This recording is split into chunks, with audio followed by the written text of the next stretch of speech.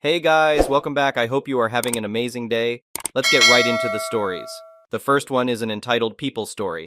My wife and I were so excited when we found our dream home. It had everything we wanted: a big yard, a finished basement, and even an in-ground pool. We had always wanted a pool, but could never afford one until now. The day we moved in was one of the happiest of our lives. That happiness faded pretty quickly once our new neighbor Karen moved in next door about a month later. From the first day we met her, something seemed off. She was overly friendly in a fake way and kept making passive-aggressive comments about how nice our pool looked. We brushed it off as her just being nosy. Little did we know that was only the beginning. The very next day, Karen came knocking on our door bright and early at 7 a.m. When I answered, still half asleep, she demanded to be given the code for our pool gate. I was so confused that I thought I misheard her at first, but she repeated herself, saying that as our neighbor she had a right to use the pool whenever she wanted. I politely but firmly told her absolutely not, that this was my private property. She huffed and said that I was being unreasonable to deny her access to something we both enjoyed. Before I could respond, she stormed off. Later that day, as I was grilling in the backyard, I could see Karen glaring at me from her window. It was bizarre, but I tried to ignore it. That weekend when we were swimming, she came outside and stood at the fence yelling at us to keep it down. She said we were splashing too loudly and disturbing her peace and quiet. At that point, I'd had enough of her crazy behavior. I told her to mind her own business and stay off my property. Things escalated quickly after that. The very next morning, my wife went to let the dogs out into the backyard and found Karen hanging out on our patio furniture, sunbathing. She freaked out on my wife for disturbing her. My wife came inside furious, saying we needed to call the police. Before I could even grab my phone, the doorbell rang. It was Karen, and she reeked of alcohol. She was slurring her words, but I could make out her demanding the pool code again. When I said no, she tried to push past me into the house. I gently pushed her back outside and told her to go home. She stood there yelling obscenities at me. I finally had enough and called the cops to have her removed from my property. The cops showed up and tried to talk some sense into her, but Karen was completely irrational, insisting the pool was half hers since she could see it from her house. The cops told her she was confused and that she needed to stay in her own yard. Karen angrily stomped back to her house. I hoped that would be the end of it, but of course it wasn't. The next weekend we invited friends over for a pool party. We were all having a great time until Karen came barging into the backyard, screaming at us to get out of her pool. She pushed one of my friends into the pool and tried to take the ladder out. I grabbed her arm and told her she needed to leave immediately. She slapped me across the face and said she was calling the police on us for trespassing in her pool. At that point, I'd had it. I picked up my cell phone and called 911, telling them my crazy neighbor was trying to claim my pool as hers and assaulted me when I wouldn't leave. The cops arrived in record time and took one look at the scene, Karen soaking wet and screaming while the rest of us stood there staring in shock, and arrested her on the spot. Turns out Karen has a history of erratic behavior everywhere she's lived. The cops warned us to get a restraining order against her since she's likely to retaliate. We also invested in upgrading our home security, including cameras monitoring the pool area in case she tries anything again. I never would have thought a simple pool could cause so much drama and chaos. But now we can finally relax and enjoy it in peace without that crazy Karen next door. We should have known from the first day something was off with her. I just hope wherever she ends up next, she leaves those poor neighbors alone. The next one is a pro-revenge story.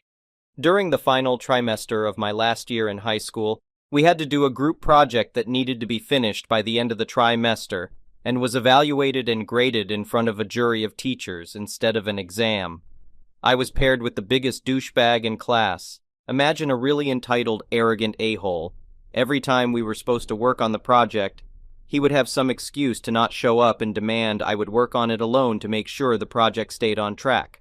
In the beginning, I tried to complain and talk to the teacher, but she would just say, "Make it work, it's your project." After a while, I stopped planning work meetings altogether. He would call me to ask how the project was going, and I would say something like, "Yeah, it's going well. I think it's almost finished," or "I'll send you the presentation to prepare for the jury." Little did he know I had a trump card in my hand. The project counted for 40% of the final grade. I was already doing well in the class, having earned about 55 out of the other 60%. So even if I got a 0 on the project, I would still pass the class. The a-hole had less, a lot less. After it became clear he was just going to use my work to pass the class and the teacher didn't care, I decided to throw out all work for the project and keep the a-hole in the dark. That last bit went a lot easier than I expected, as he was happy with me telling him that everything was on track. In the last week before the jury presentation, things became harder. The a-hole wanted me to send the presentation so he knew which part he had to present. I managed to stall for a few days with excuses, but 2 days before the jury presentation, I finally sent him an email with the PowerPoint, which was actually an MP3 file with a changed file extension. The next day I switched off my phone. In the evening, I called him back with the excuse that my phone had issues, and he was panicking that there was something wrong with the PowerPoint. I told him not to worry, I would check it out tonight and have a working PowerPoint for tomorrow.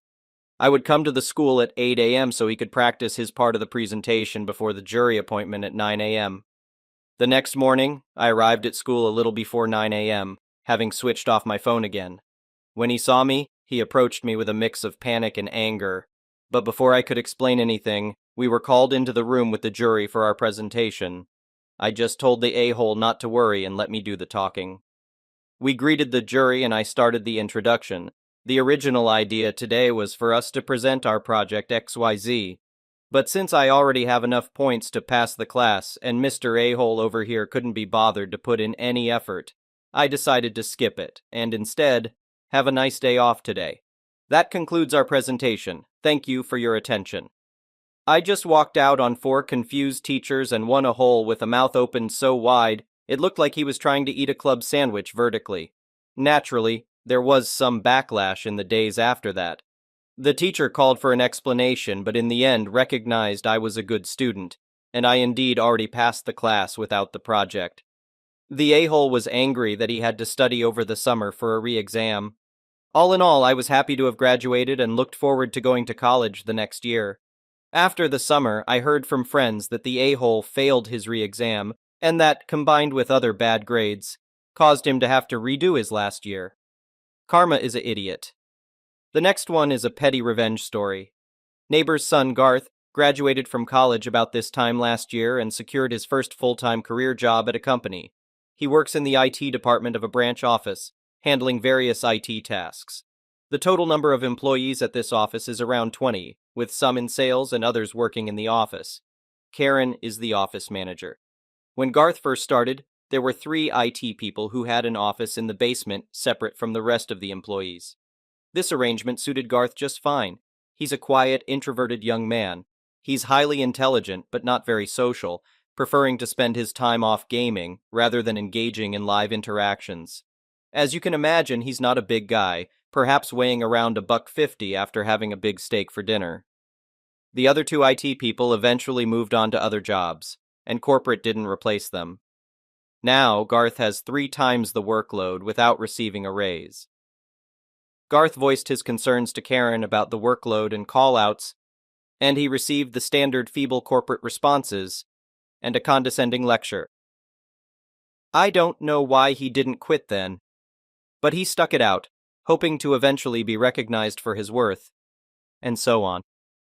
Whenever I spoke with him, he'd complain about how bad it was working for Karen, but his saving grace was that he was in his solitary office most of the day and did not have to interact with her much.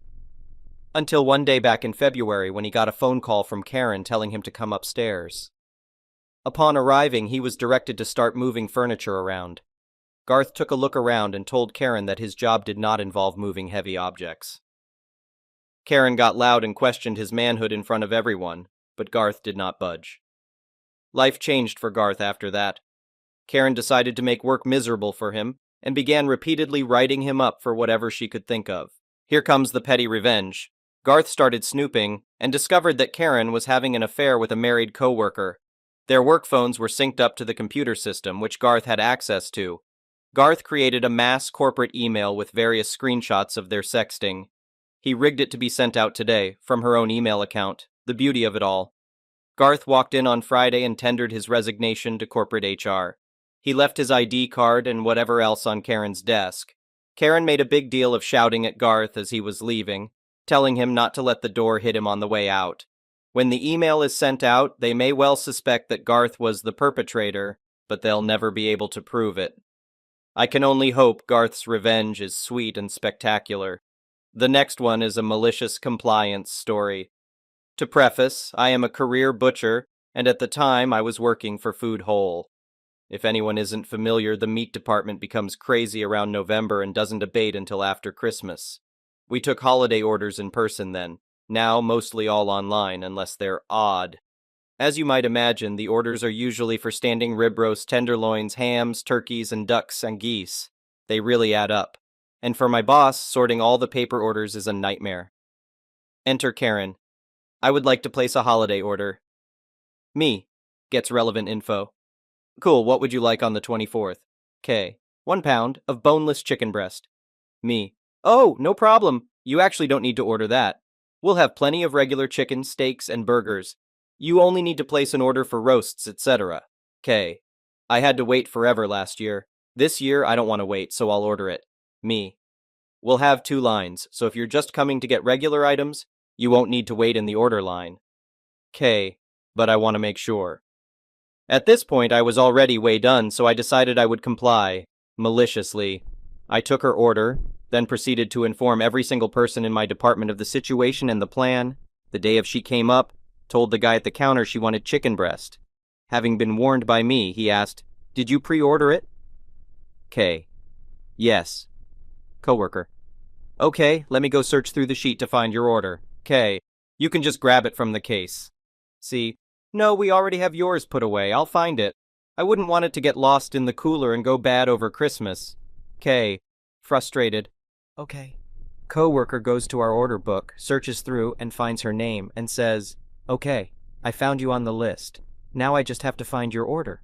Coworker enters the cooler, and trying to find a pack of chicken breast in a cooler full of roasts is like trying to find a needle in a haystack. It took him about 15 minutes. At multiple points through the ordeal, other employees greeted her. She tried to get them to get her chicken breast, and they all told her, because I had warned them, that she had to wait for the one specifically put aside for her. I estimate that she waited almost 30 minutes, including line time to get to our counter. The next one is an entitled people story. I, 22F, have been dating my M22 boyfriend for 5 years now. We've been living together in a small town, very, very close to where he grew up with his friend, 22F. His friend Sarah has always been very vocal about how much she loves him, how she knows him so well, how she has even seen him naked as kids, how she is like his sister, etc., etc. They only see each other about once a month. She's been our house about 3 times. Something important about me. I was SA'd a few months before dating my now BF. This was something that impacted me, and has ruined certain aspects of my life. The guy who did it is a well-known person around the area, which means that from time to time I run into him. This brings me so much anxiety, so much pain, and the only way to feel better is venting about it. Sarah was at my house one time. I started bawling about it and decided to trust her. Big mistake. I told her everything. She knew the guy. The guy actually tried to get with her before, and she acted so compassionate and kind in front of me. One day we were having some dinner as a group.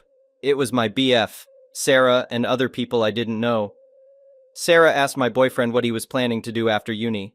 My boyfriend, I'm not sure yet. Me, why not a master's degree? Sarah, God OP, stop pressuring him. He's worked so hard all his life. Give him a goddamn break and let him decide what to do. She said it in such an aggressive tone. Mind you, I was just suggesting. I've never told my boyfriend he had to do something. He grabbed my hand and squeezed it, telling me it was all right and that he didn't think I was forcing him to do something. Then Sarah asked what his future plans were for housing. I mentioned my family has a house in the southern part of the country, maybe a 5-hour drive, and that we were planning on moving there in the future. I kid you not, these were her exact words. Sarah, hell no, he isn't moving to the south. He's staying here, and he better not go farther away than insert nearest city. I was a bit annoyed. Why was it when I recommended doing a master's I was forcing him to do something, yet she was prohibiting him from moving? Yet I was the controlling one. Anyways, Sarah then started talking about ex-boyfriends, and said she didn't mind if any of her friends got with her exes. I mentioned something to her like, I'd warn the girl first. I don't want anyone to suffer what I suffered. Sarah blew up. She was red in the face. These were her words. Sarah, how dare you throw yourself in the middle of a relationship? Are you that possessive that you can't let your ex be happy? You're not over your ex and I can tell. You cried about him the other day. You're hurting BF by not telling him the truth. She was accusing me of all these things. And then the cherry on top. Sarah. BF hasn't been the same since you two are together. He's so quiet. He hasn't talked to me all day. You two keep showing affection in front of us all the ducking time. I've seen him naked as a kid, and I know him so well. You're no good for him. She was annoyed at us holding hands and hugging each other in front of her. I started crying over her tone and her accusations. I'm very sensitive. And then she said something that made me bawl even harder. Sarah, I'm so sure you lied about your essay. If it were actually true, you would have gone to the police. What did he do to you exactly? I blew up and told her in detail what he did to me in front of others. I was so embarrassed when I realized I told a bunch of strangers something so personal. Sarah, you're such a ducking manipulator. Remember when I met you, you were crying over your weight? Sarah kept throwing things that made no sense. Anything she could, she was throwing it into my face. She has an ED, and she threw my own self-esteem issues into my face. I wasn't expecting my BF to say anything. Not only is he incredibly bad at confrontation due to years of abuse from his family, he's terrified of her. She has been like a sister, yeah, but as that big sister who bullied him as well. Anyways, we're moving to the South in a few months. The next one is an entitled parent story. My mom and dad divorced when I was 9. Soon after, my mom married my stepfather. Summers and every other Christmas were spent out of state with my dad. The rest of the time, I was with my mom. They did not have the nicest of splits and divorce, but both insisted, and kept to it, that they would not interfere with my younger brother and I, relationship with the other parent. My stepfather did not agree with this, however, and did everything he could to sabotage our relationship with our father. When my dad would call, and if my stepfather answered the phone, he would hang up on my dad. He called my dad to demand more child support, or he would legally adopt us, and my dad would never see us again. I had no real friends growing up because I did not want to bring people home. One day, while visiting my dad, we ordered some custom leather jackets to arrive about a month later. They came, and I found the box on the dining room table with "Return to Sender" written on it, as if he had meant to send it back later. I grabbed it, stashed it in my room, and thankfully he forgot all about it.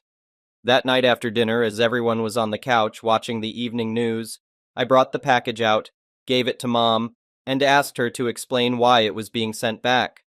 My stepdad began to say that we couldn't afford it, to which I said everything had already been paid for. And why did he hang up on Dad when Dad called? And I said Dad had recordings of the threats to adopt us, and prevent Dad from ever seeing us again.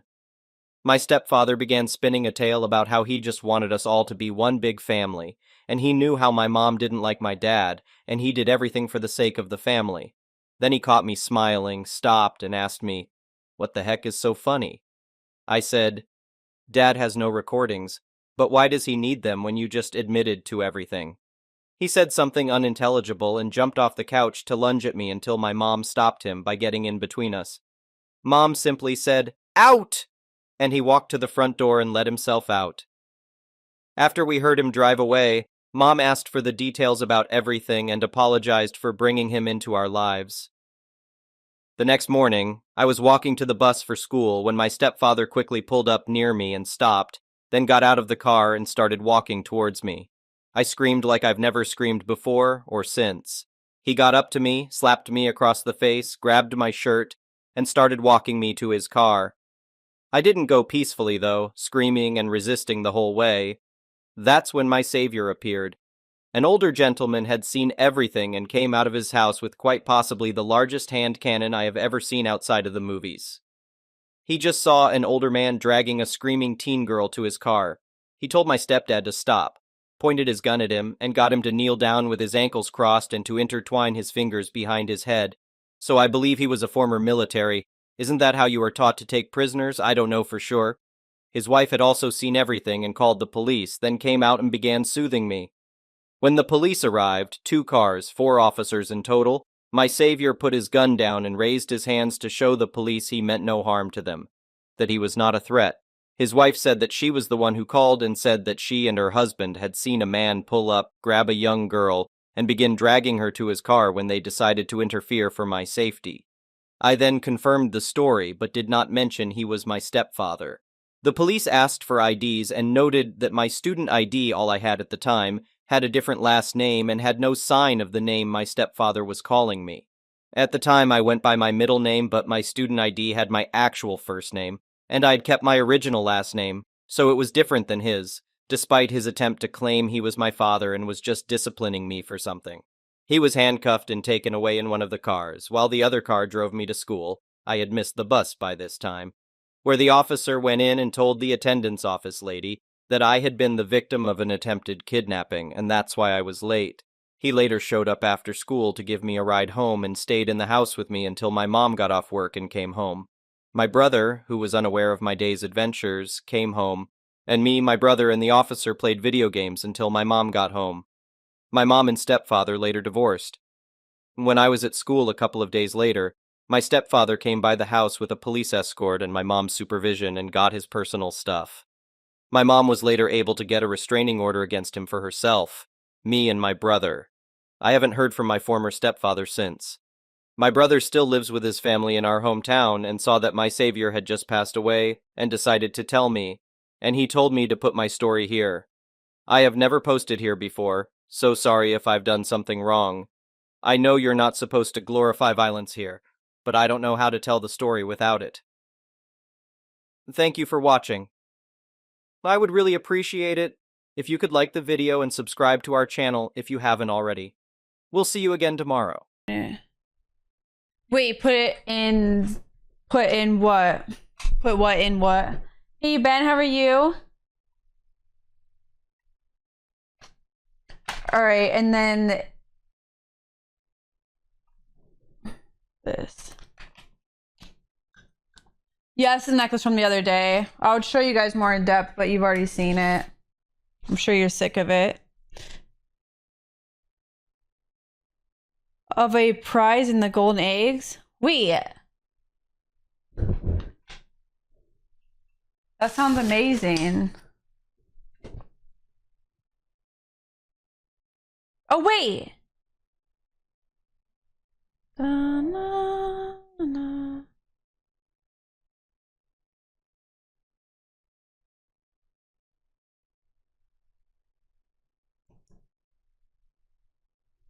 That would be a good idea. Sorry, Holden's wrote out some stuff for the egg stuff, and I was just making sure I didn't, like, miss something.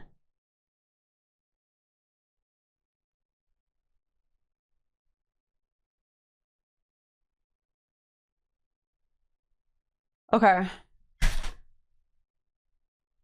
Oh, I don't think I saw that unless I'm not remembering. We were talking a lot about like the upcoming months and stuff. I never tire of looking. Oh, thank you, Coco. After my ayahuasca journey, I must have gained some monicum of wisdom. Okay. What the fuck am I doing? Going along here. Okay, after this, I need to make some asparagus. I am so hungry.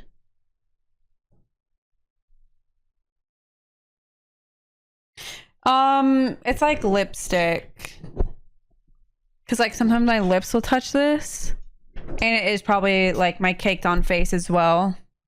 It's like a mixture. I need to wash it. It's a mixture of all sorts of things. I might make some quinoa. I owe 4 wheel spins. I'm gonna have to do that after I eat though. I think I'm gonna do asparagus, quinoa, and an egg.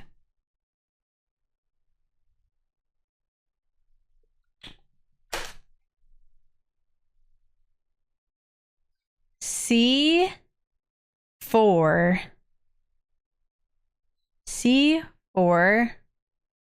S. Yeah, Bill, I made one earlier and I even used the oil and it was a crapshoot.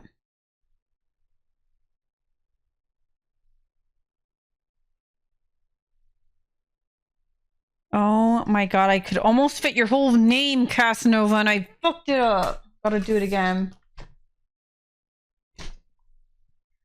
How high was the fire? I will want to know. I don't know why. You can tell me. Maybe it's because my spatula is small. Could that have an effect on this matter?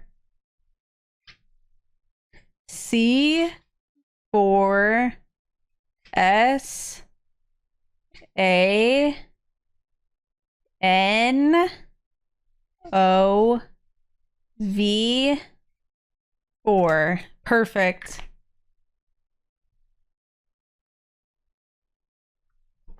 Hey DC, how are you? Okay, well you guys will have to tell me about my technique. And then you did 5, so you get an egg.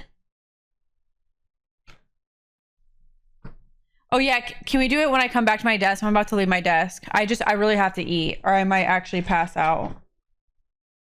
I might actually perhaps pass out. I just need to write your name on this here egg.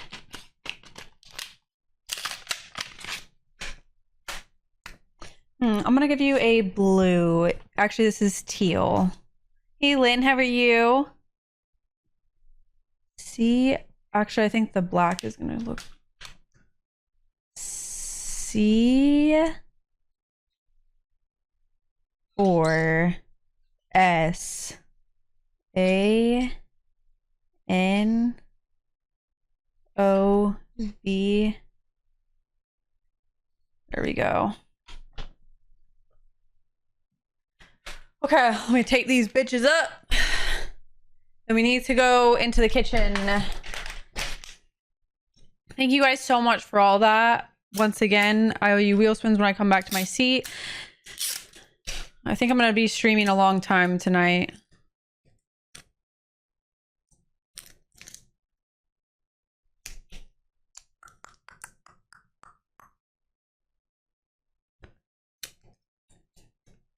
I need to put my nails back on. I can't stand having my nubs. They look so nubby. Nubby, nubby, nubby. Whoa. What would 6 hours put me at? 7, 8, 9, 10, 11, 12. It'd probably... I'm going kayaking with Ayla tomorrow because I need to be outside. I've been inside too much, so we're going at like 8:30. So I'll probably be on till like midnight tonight.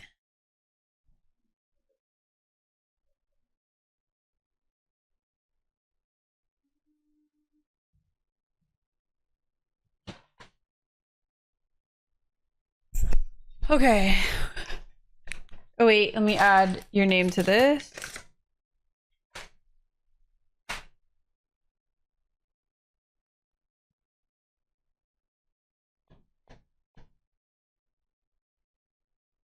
I'm doing good, Lynn. Thank you for asking. How have you been?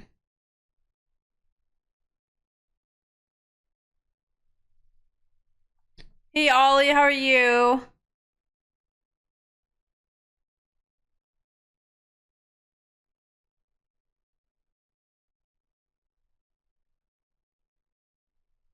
$11:45.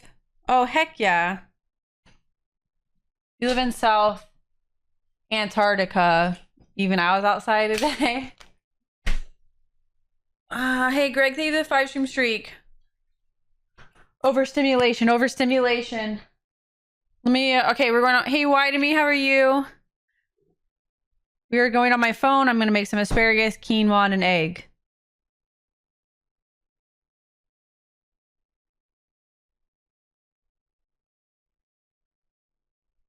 Oh, nice. I miss my sister. I can't wait to hang out with her.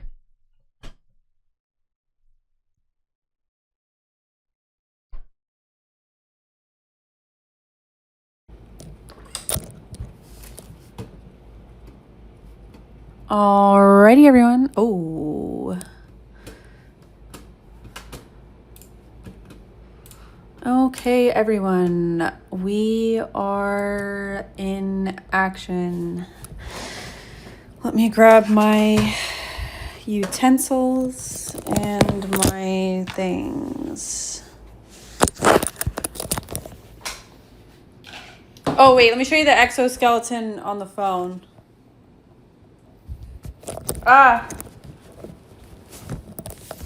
Wait, where the fuck did his leg go? Oh. Oh my gosh, it's on my laptop.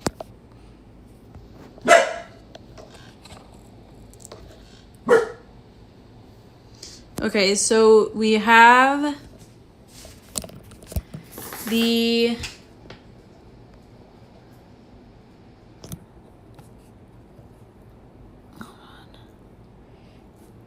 there's his fang, her fang, sorry. There's her fangs. And her nice little hairy feet. Hey, Cass, man, welcome in. And then, oh no, her face is kind of coming off a little bit. Dude, my fingers are, hold on. This is so interesting. Okay, enough of that. Willow? Oh yeah, here. She's right here. She just ate. Her abdomen or her whatever thorax, whatever their ass is called, was really small, so I went and got crickets. There she is. She's looking nice. Oh my god, I thought she was fucking dead for a second. She looks way bigger.